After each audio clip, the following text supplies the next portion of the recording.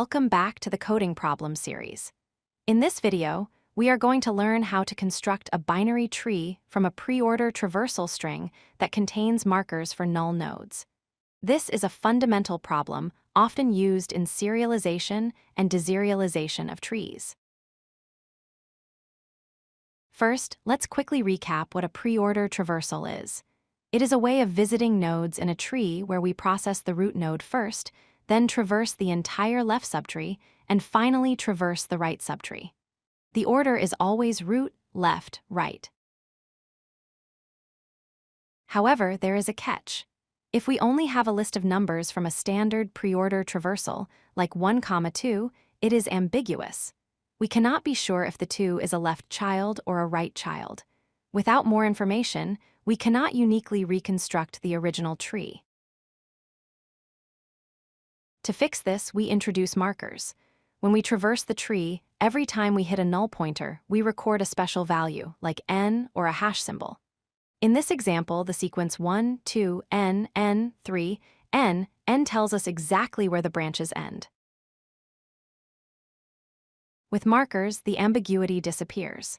Option A, where 2 is a left child, would produce a sequence with specific markers immediately following the leaf nodes. Option B, where 2 is a right child, would have a marker immediately after the root, indicating an empty left side. The structure is now unique.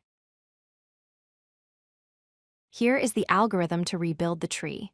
We use a global index to track our position in the list. We read the current value. If it is a marker, we return null.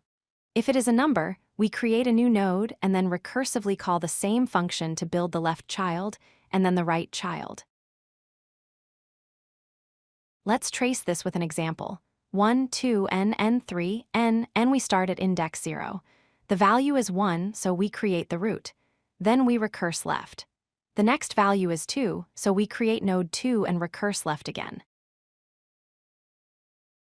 Now the next value is n.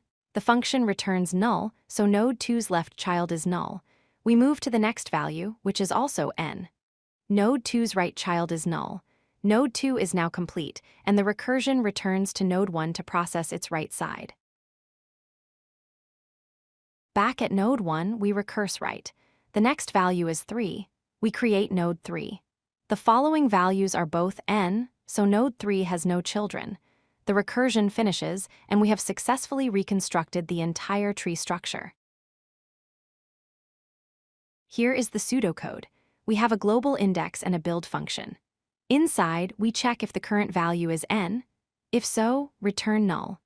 Otherwise, create a node with the value, set its left child to the result of a recursive call, set its right child to the result of another recursive call, and finally return the node.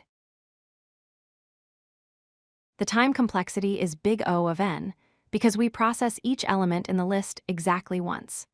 The space complexity is also big O of n in the worst case due to the recursion stack, or big O of h where h is the height of the tree. To summarize, standard preorder is ambiguous on its own, but adding null markers makes it a robust way to serialize trees. The reconstruction logic is a straightforward recursive process following the root, left, right pattern. Thanks for watching. If you like this video, hit that like button and don't forget to subscribe. Visit codelucky.com for more such useful content.